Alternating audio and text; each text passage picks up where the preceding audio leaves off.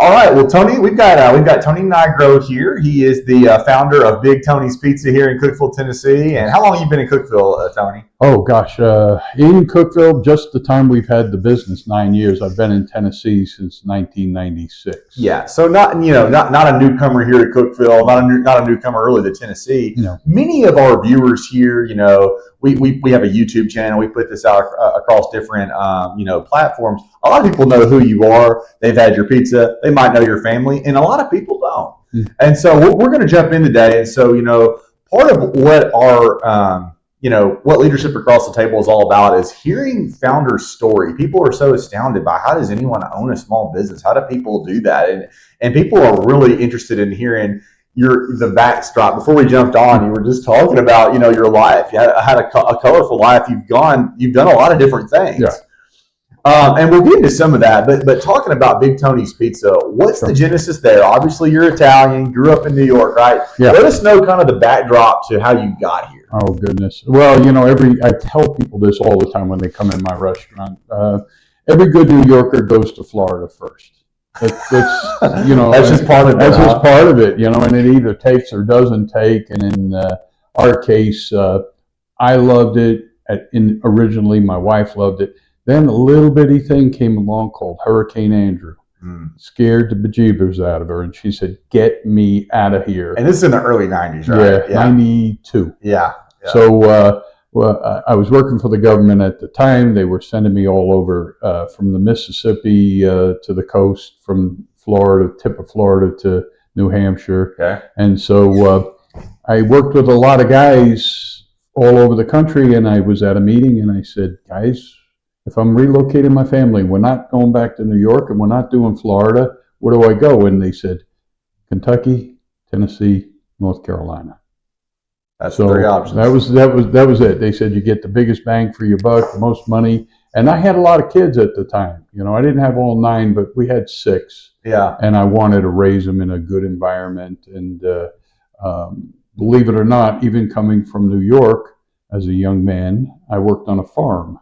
So I loved farming, and I thought, North Carolina, Tennessee, Kentucky was good. Kentucky, not enough sun, too many hills and valleys. It's Kentucky. Too many hollers. I just, when you got to pipe in the sun, that's not good. I really liked the Cumberland Plateau, and I ended up here because I was at a meeting with a bunch of other guys that work for the government, and this fellow was wearing a name tag, and it said, Bob, Cookeville, Tennessee. And I said, "Hey, Bob, I'm looking around Tennessee. Where should I look?" He said, "Come to Cookeville." I said, "Why?" He said, "It's God's country." Just like that. Yes. I said, "God's country?" I said, "I got to see this." Well, it turned out his wife was also a realtor. So he said, you come up there, give me a week, and we'll find you something. And we made it a vacation. We vacationed at Dale Hollow Lake because my wife is a big, she grew up on a lake in upstate New York in the summer times. So she sold. She's not sold at Dale Hollow. Yeah. She sold. We didn't even find a house yet, and she knew we were living there. Yeah.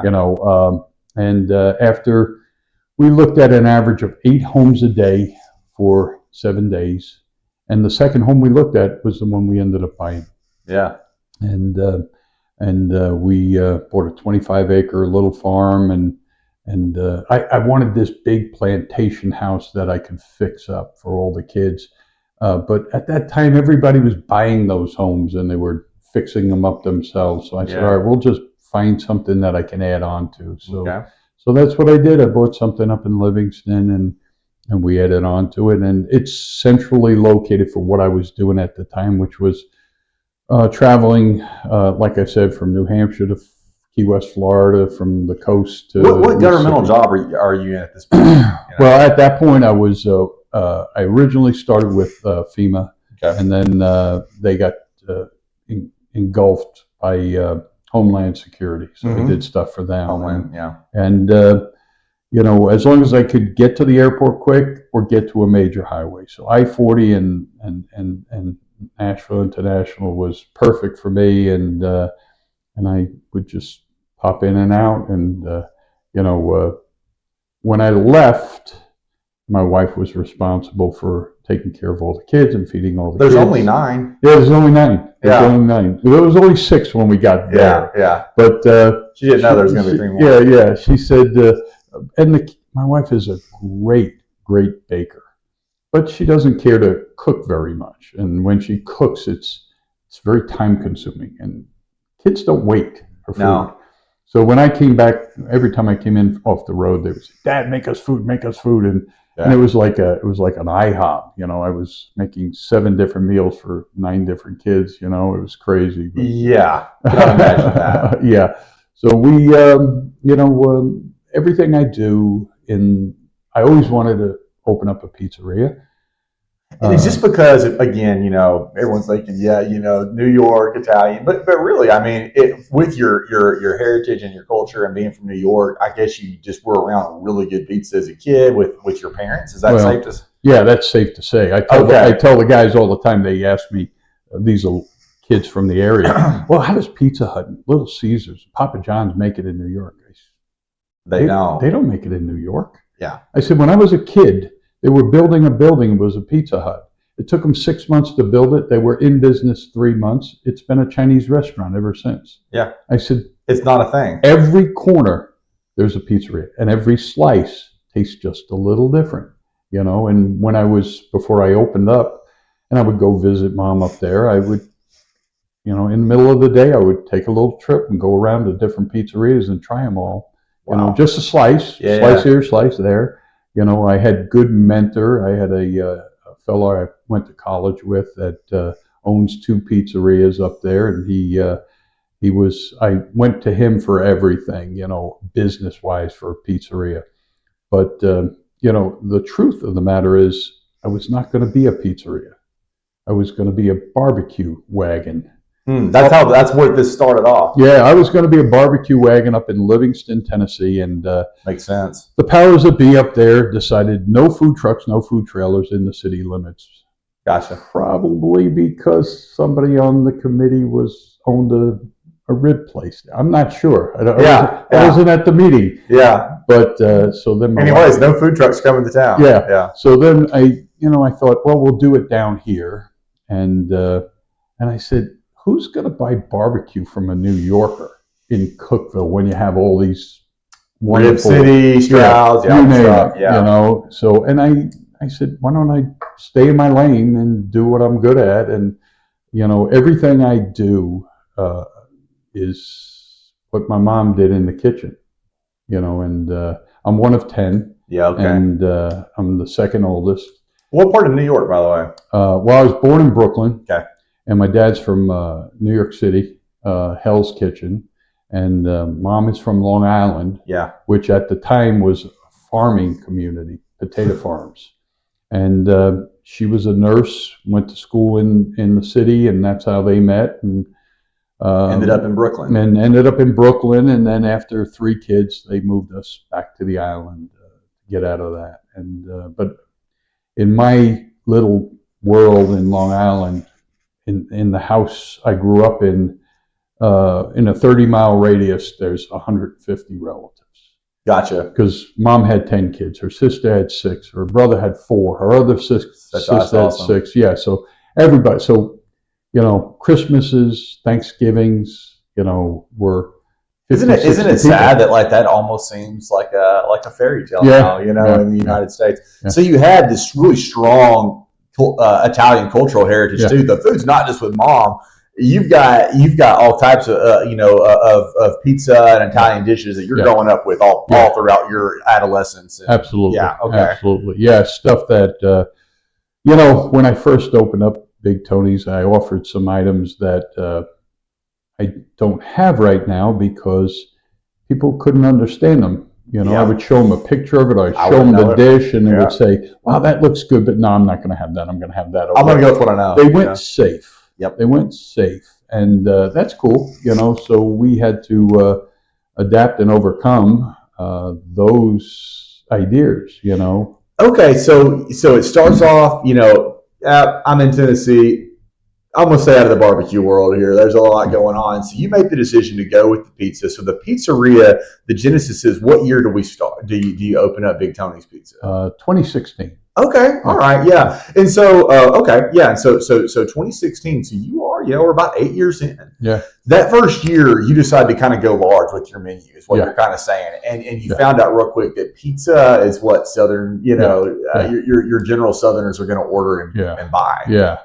And also I'll tell you, my wife had the idea that we're so close to the college, that'll be our market. And truth be told, that is not our market at all. What is your market? Well, our market is Northerners that have relocated down here, and you've probably heard of a few come down. I have many of them as clients. Yes, I do. Yeah. And a lot of them have settled in the Glades. Yeah.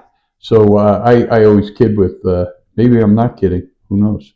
But I always tell people, if it wasn't for the U.S. Marshal Service and all the witness protection and moving all those Yankees down to Fairfield Glade, I wouldn't have a business, because they come down to my pizzeria and they taste it, and then they go back to the Glades and they say, if you want New York pizza, go there. And they come down in droves weekly. They come. You got your weekly regulars. I have regulars. I still, to this day, I'm in my 9th year, I still have every single day people come in and say, yeah, this is my first time.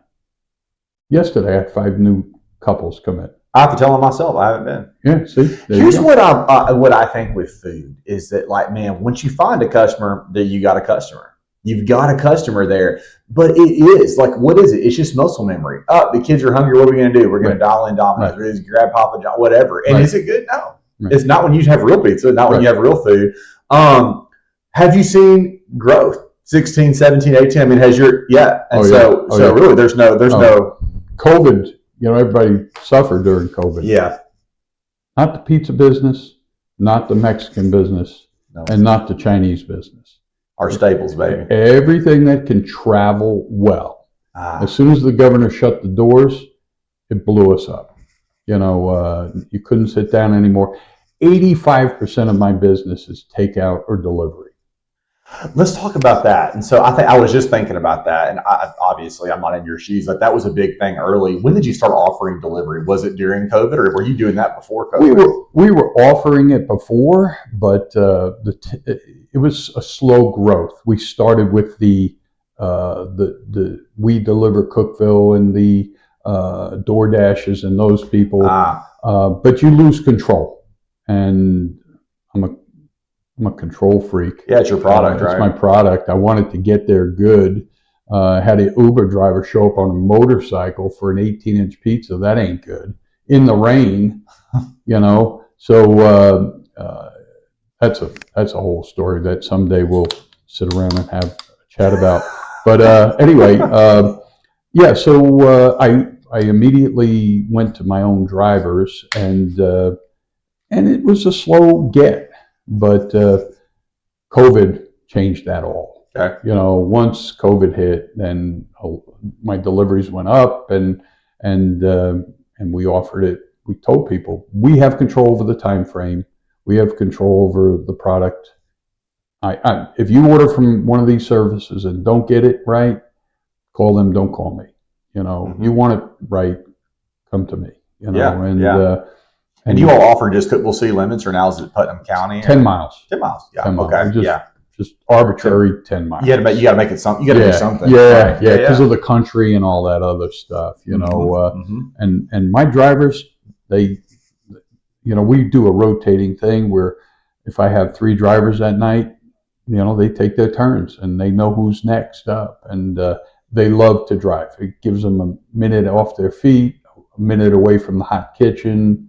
All that stuff. Yeah, guys, cool. So your drivers are actually also cooks. It's every business, right? How efficiency, looking at the overhead. You don't just have drivers, not right now at least, right? And so these are people, right? We just rotate as you get deliveries. Right. I guess as that grows, you'll evolve your business if needed. We'll have to see how that goes. But these kids love that the time off their feet.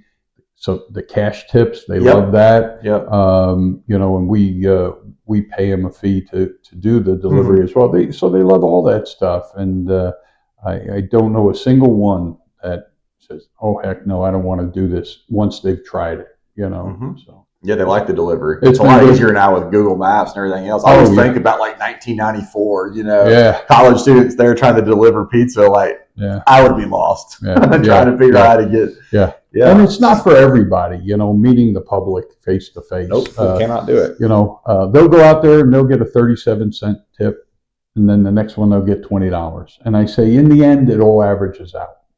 So just keep trucking. You got to keep hustling. That's it. Just keep trucking. Is your business? So how many employees do you have, or independent contractors? However you got. How many team members do you have? I got 14. 14. Yeah. And that's just grown steadily over the 8 years of the business. Yeah. It was a little more family members in the beginning that came in and helped me out, and my wife out, and now it's just employees. One daughter works for me regular, and then my wife does all the baking. So that's it. We're waiting on the grandkids to come. And they're coming, baby. You said you got 10 of them. 10 of them. 10 of them. They're coming. Yeah. Not long. 10 years old, I think, is the oldest one. So, how do you? So when you're looking at building your team, our team has grown. We have to let a couple people go, and we grow, and we're always really, really trying to be very religious about the sanctity of our culture. Every company is really different. You have a lot of part-time employees. I'm assuming college students and things like that. How do you look at hiring? Because again, even though they can be transient, that impacts your brand, right? Yeah, it does. Well, I tell them, first of all, they're all part-time. Yes. Except for one person. He's a manager, and he's the only full-time guy. But they're all part-time. We do 2 4-hour shifts, one in the morning, one in the evening. Some of them work both shifts on some days. Some of these kids, I've had them since 10th grade, and I'll have them through college. Here's something I like to talk about. I've graduated a doctor. I've got 2 accountants. I got 2 engineers. I got a graphics engineer. I got a general contractor. I got a professional welder, and I've got a woman that owns her own bakery. All these people went through Big Tony's. Yeah. All right. The doctor is the most recent. He's a doctor in physical therapy, and he was my oven boy for 4 years out of Merrillville High School. Went to Tech, and he's like a son to me. He still calls me up every time he does something special, travel. He biked from Key West, Florida to British Vancouver, Columbia, to raise money, and called me up, said, "Hey, this is what I'm doing this summer," So I stay in touch with these kids, and now they're not kids, they're adults. I have 3 married now, and this is pretty cool. So a huge impact on their life. There's a huge, I think it's a big mistake a lot of parents make. We're going to make sure that we don't make it with our own, right? I mean, I worked throughout high school. I worked throughout college, which I was an ROTC graduate, military, that kind of thing too. But bagging groceries at Kroger, doing all those things was a whole lot. And I learned a lot from sports. I'm not saying extracurriculars are not important, but there's this new philosophy that if your kids don't have to, we don't want them to work. They don't need to clock in. That's one of the biggest things. Looking back at my high school cohort, my college cohort, because I was around a lot of wealthy kids too. I played travel soccer. I was in these certain groups where there were some blue collar kids like me, and then there was a lot of kids that never clocked in anywhere, and they failed at life. And one of the things is you've really. Here's the interesting thing. You have a knack, I think, for finding really productive, hardworking kids, that work ethic that is really good. I'm sure there's been some that didn't work out too, that largely you have a knack for identifying them. Part of it is also, I think, that you're having a great impact on their growth as they navigate their 20s and that thing. But Chick-fil-A has a knack for this. It's their biggest secret is like, how do they find these these perfect humans that, my pleasure, everywhere you go is, what is the secret to you finding this kid who's like, my summer, I'm going to bike from Miami to Canada, no problem. Tell me this. How do you identify who's good and who's going to fail? Wow. I really don't identify them. I believe Chick-fil-A does it because they're looking for a certain background on a kid. It's a religious background that goes over there. Self-selection. Us over here, There's no protocol like that. No, not a big Tony's. Listen, you come fill out an application, I hardly read it. Yep. You come to work, first day at work is, we call it a working interview. You like us and we like you, we'll see if we can bring you along. All I tell the guys is, I tell the guys, listen, there's one way to do things here, and that's my way. And if you can do it my way, I'll be happy the whole time. And if it fails, I'll just say it's on me. But and I'm talking about everything. I show them how to cut vegetables, meats, everything. And if you don't do it my way and it's not right, can't stay. You cut your finger, it's because you didn't do it my way. You know, if you hold something in your hand with a knife, that was your fault. I showed you how to do it so you don't cut yourself. Let's talk about ingredients and things like that, sourcing. Sure. Obviously, the biggest thing of growth is just the quality of your product. That's in the story, right? Marketing just goes with word of mouth. Look, we just talked about Fairfield delayed, right? Yeah. If the pizza sucked, it would be the end of it, but it doesn't, and so it grows. Right. You know, I was just listening to a Joe Rogan podcast this morning, actually. They were talking about Italy, and one of the guys was talking about, you know, he was wearing a glucose monitor in the U.S., and like, it's just everything wrecks you here because our food is gotten so bad, and the supply chain is poisoning our kids and everything. Right. But why is it in a place like Italy, you can drink wine and eat pasta and eat pizza and people lose weight? And that's not just small anecdotes. Like, that has now become like very well known that Europe, specifically Italy, Spain, France, high carbohydrate diets and diabetes is a fraction of what it is in the United States. The food is way better, and people are not nearly as morbidly obese in Italy. Right. How do you think about sourcing of your pizza and that thing that just makes it superior to these corporate giants that you're competing with in the market space? Fresh product. Yeah. Fresh product. You know, it's funny you should bring that up because I have an employee who moved here from Oregon. Mm-hmm. And I feed all my employees, by the way. So every shift, nice benefit. You get a meal. Why do I do that? I want you to know what the food tastes like so you can talk about it. I want you to know how to make it because you got to make it for yourself. And, you know, and if you make a really good stromboli, you better make it really good for my customer. Yeah. Don't cut corners on my customer. So when I see them do something, I'm like, would you do that in your own stromboli or your own calzone or your own meatball sub? You know? So, but going back to what you were asking. So this fellow moved from Oregon, and he's been with me for 2-3 months. And he said, I don't know what it is, but I eat a meal every single day here, and I'm working 4 days a week, and I'm losing weight. Yeah. And I said, I don't know. You know, I don't know the answer. I know all the product's fresh. All the product is, you know, we don't have preservatives, you know. We make our dough every single day. We roll our own meatballs. We make our own sauces.